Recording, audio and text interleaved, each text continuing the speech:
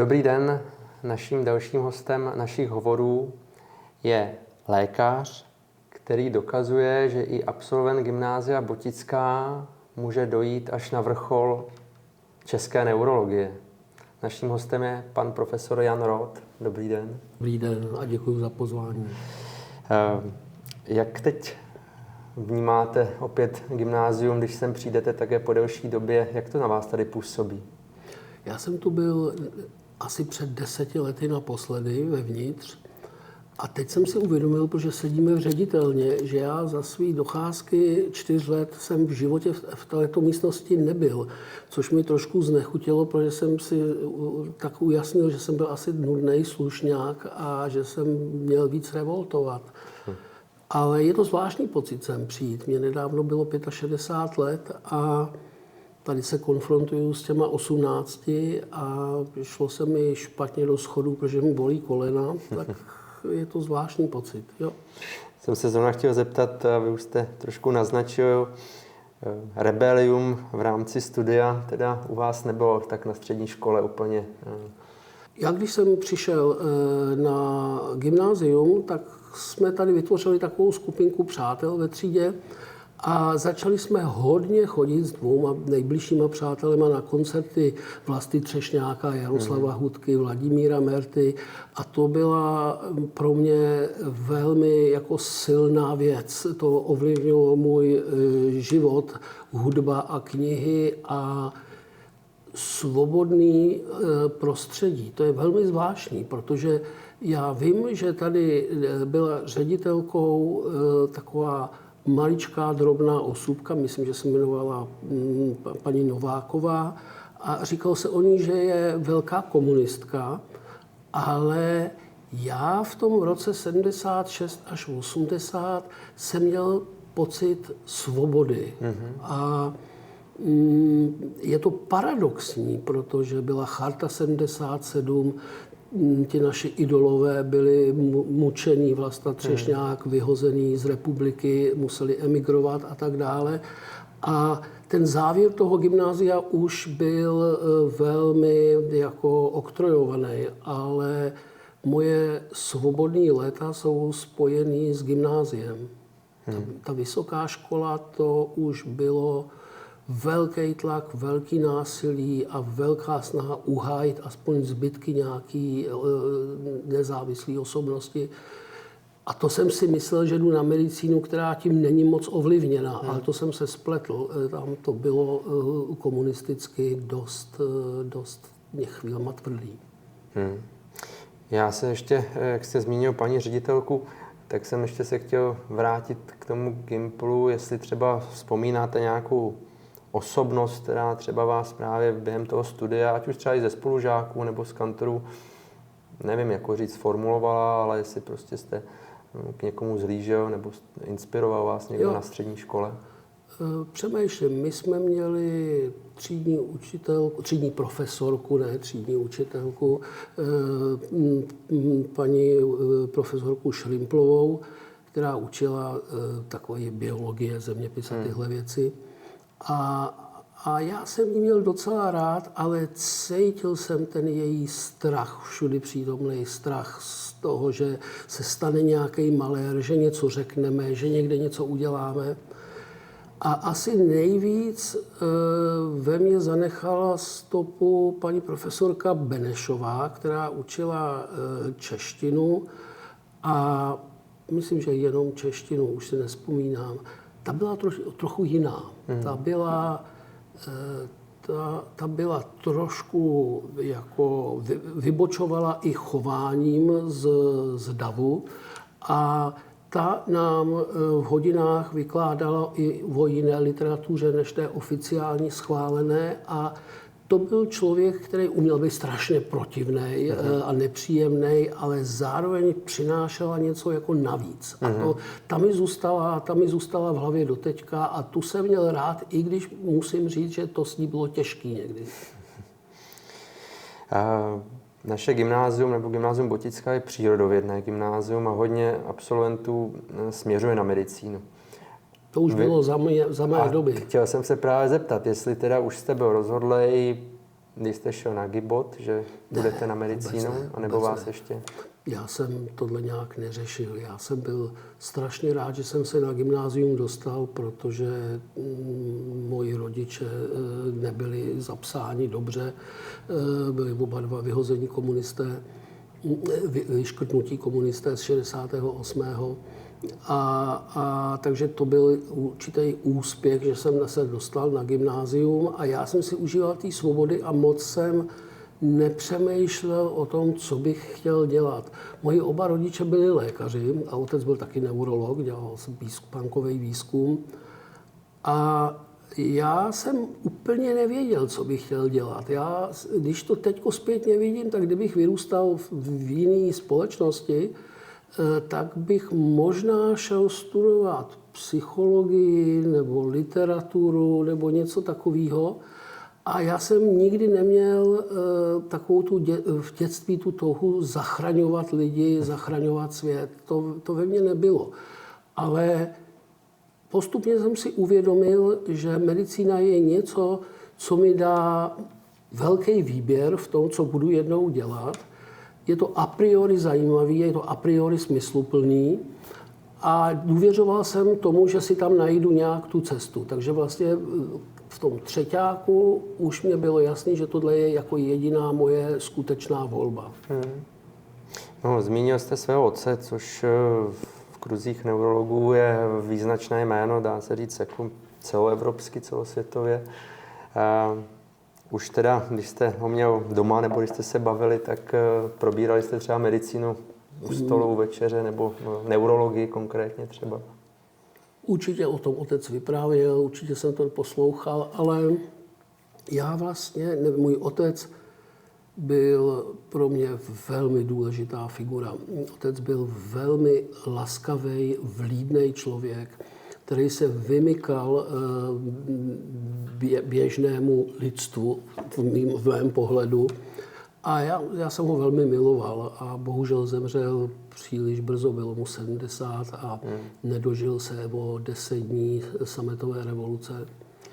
A určitě mě ovlivnil s tou medicínou, jo. Ale na neurologii jsem začal myslet až v průběhu medicíny. Já jsem nějak si myslel, že půjdu spíš na psychiatrii, ale pak, když jsme stážovali na psychiatrii, tak jsem z toho neměl tak dobrý pocit, ale já nejsem šikovnej, to znamená, odpadly chirurgický obory. A jako ten mozek mě přišel víc sexy orgán než játra, nebo srdce, nebo ledviny, takže mi přišlo jako zajímavý tímhle směrem. Tak já shodou okolností jsem taky neurolog, takže já určitě neurologii beru jako královnu medicíny, když každý lékař říká o svém oboru, to možná to samé, stejně tak, jako když my říkáme, že nejdůležitější je mozek, pro někoho třeba i srdce, Ale co je, jestli vás zajímá, jak to šlo se mnou dál, tak já jsem neurologii věnoval mnoho let skutečně jako naprostou většinu svýho života, svýho času. Ale kolem 50 jsem si uvědomil, že bych chtěl ještě udělat jeden krok, který musím udělat i hned, protože jinak už ho neudělám, protože bude příliš pozdě. A šel jsem do psychoterapeutického výcviku, který jsem absolvoval a vlastně od té doby pracuji na malých uvozovkách úvazek, taky jako psychoterapeut. To znamená, že já vlastně teď jsem trošku v takovém období mírného opouštění té neurologie a příklonu k té psychoterapii, v mém případě gestalt psychoterapii. A ten psychoterapeutický výcvik, ten trvá jak dlouho? 5 let. Takže vlastně se trochu i vracíte i do té báze té psychiatrie, že si Jo, ale my jsme napsali s jednou mojí kolegyní takovou knihu Neuropsychiatrie, tak já se pohybuju trošku v tomhletom poli, ale opouštím víc vědu, neopouštím své pacienty a mám jako třešničku na dortu tu psychoterapii, zjednodušeně řečeno. Ona to teda není často třešnička na dortu, ale je to těžký, ale řekněme. Zmínil jste tu knihu, takže my víme, nebo já to dobře vím, že učíte na první lékařské fakultě. Jaký to je učit mediky? Já to mám rád. Já rád učím a jo, mě to dělá radost. To je něco, co mě těší a co mě drží na té klinice pořád. Jo? Že mám, teďko vlastně nemám tolik stáže s medikama, jako jim přednáším a zkouším a dělám to rád a vezmu i přednášky navíc, když kolegové nemůžou a tak. No, já to na vás vzpomínáme, nejenom já, ale tak nějak jsme se na tom shodli, že patříte k nejlepším přednášejícím vůbec na první lékařský. Děkuju. A ty přednášky... Takový hodnocení probíhalo? Tak mezi náma jsme za tu dobu těch 6 let zažili hodně přednášejících, takže si dokážeme udělat nějaký obraz a za mě a za většinu jsme patřil k nejlepším. Takže vy jste studoval na první lékařský? Já jsem z první lékařský taky. A tak chci se zeptat, tak za tu dobu, co jste vlastně přednášel, respektive zažil spousta mediků, vidíte tam nějaký vývoj mezi mediky a v tom Jo, to se času? mi občas někdo ptá, já nevím. Já mám pocit, že v těch 50 studentech, co tam jsou, že vždycky tam jsou třeba 3, 4, kteří se začnou zajímat o tu neurologii a já se snažím přednášet jakoby pro ně a říkat jim ty věci navíc, jako abych je vtáhl do toho. A pak je tam takových 10 lidí, kteří to rádi poslouchají, zajímá je to, ale nepůjdou do toho. A pak je tam to spektrum lidí, kteří prostě jdou úplně jiným směrem, nějakým chirurgickým, nebo a já mám pocit, že to procento je pořád stejný, toho zastoupení. Z čeho ale já mám velkou radost je, že v posledních, řekněme, 10 letech k nám na kliniku nastoupila řada mladých doktorů, absolventů nebo lidí, kteří rok, 2 už někde byli a jsou skvělí. Jo, jsou lepší než já, když jsem začínal, je to na nich vidět, je to skvělý a z toho mám velkou radost, protože to je hrozně důležitý, mít žáky, který přerostou ty učitele. Jo? A na klinice každý den potkávám talentovaný holky a kluky a říkám si, to je hrozně fajn, že tady ještě můžu být. To je skvělý. A učíte i anglickou paralelku asi? Jo, taky, ale moje angličtina není nějak úžasná. A vnímáte nějaký rozdíl třeba mezi českýma studentama a těma anglickýma z pohledu třeba vnímání nebo i přístupu, nebo je to vesměs? Já mám pocit, že v posledních letech ty anglický studenti jsou mnohem aktivnější než dřív. Dělají si u nás i nějaké vědecké práce, protože třeba když by chtěli potom jít do Ameriky, tak musí mít za studia nějaký body navíc za samostatnou vědeckou práci a tak. Takže tam já cítím větší tlak na to učit je intenzivně a umožnit jim dělat nějakou spolupráci a tak. To se změnilo. Jo? Dřív zahraniční studenti znamenalo jako nemoc velký zájem, odhlašování se ze zkoušek 5krát za sebou a takový jako lavírování v tom. Ten pocit z nich teď nemám. Teď jako by jim šlo o víc. Já se ještě vrátím vlastně, jste říkal, že trochu opouštíte a neopouštíte svý pacienty. Vaší doménou v té neurologii jsou extrapyramidové choroby, mezi které teda i pro laiky můžeme říct, že to je hlavně Parkinsonova nemoc.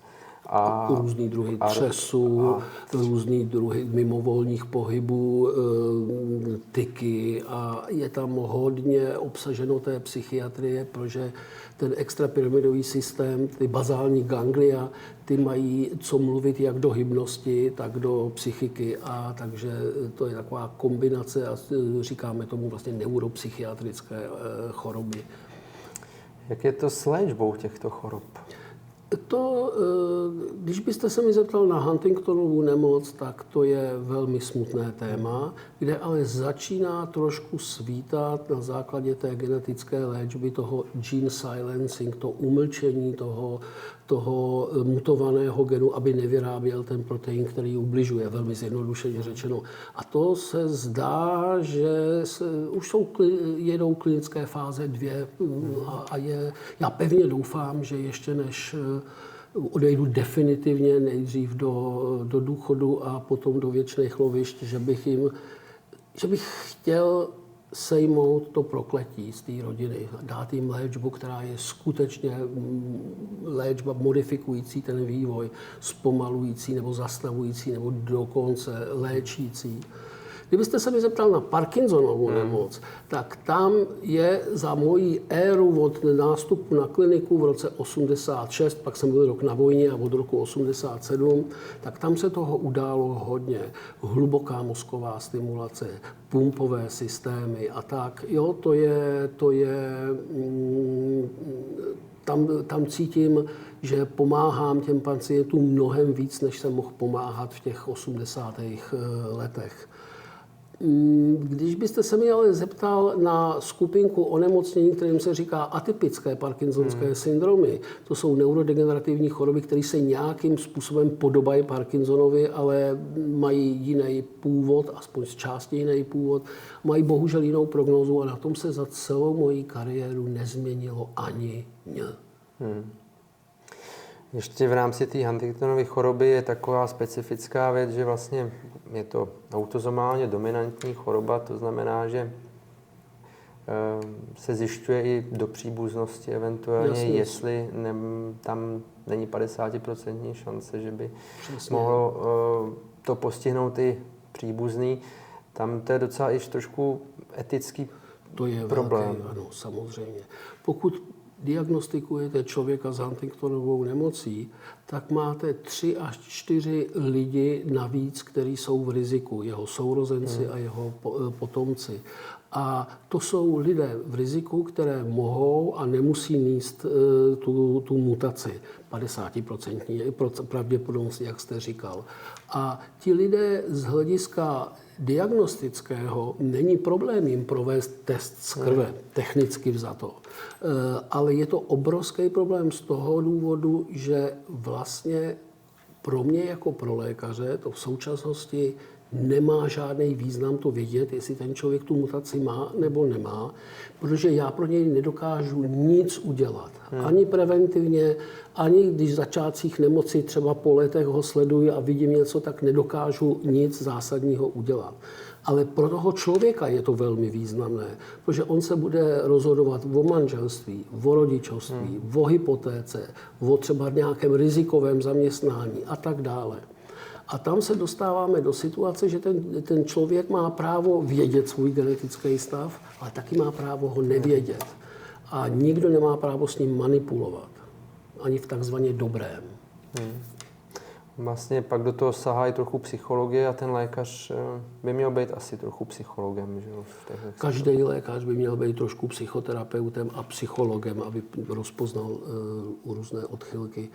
Ale tady vlastně u těch lidí v riziku vznikl takový doporučený protokol, kterému my říkáme prediktivní protokol, kdy ten člověk, který přichází s tím, že je z rodiny Huntingtonovy nemoci a že chce vědět, jestli má mutaci nebo nemá, tak přichází ke klinickému genetikovi, k neurologovi, k psychologovi, k psychiatrovi a tu skupinku já jsem tady vytvořil už před 25 lety.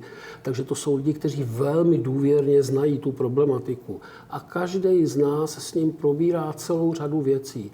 Nejenom to, proč to chce vědět teď, co si počne s tím, až se to dozví, jestli něco že o to změní nebo ne.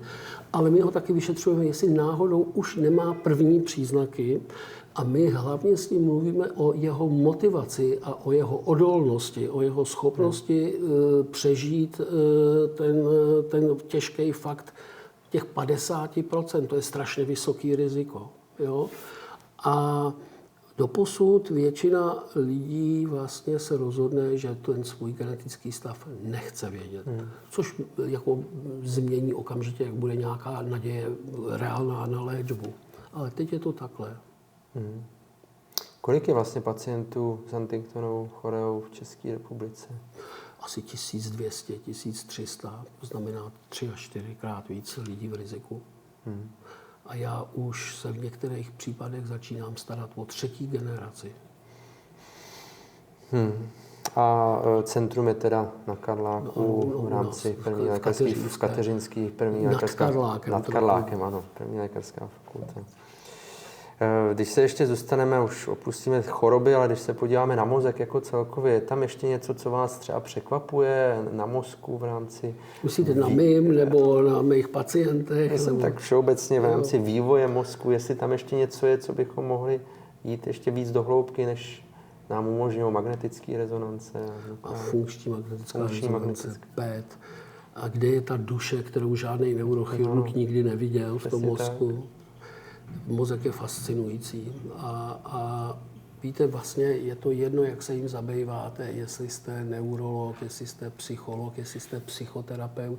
Řešíte různé důsledky toho fungování. Řešíte různé důsledky poruchy nějakých funkcí a neuroplastických léčivých změn. A to je psychoterapie stejně jako s Parkinsonovou nemocí. Já jsem slyšel, já to říkám teď jako z pohledu víc laika, ale samozřejmě to vím, nicméně, jak je to s hudbou, protože hudba může i léčit například Parkinsonovu nemoc?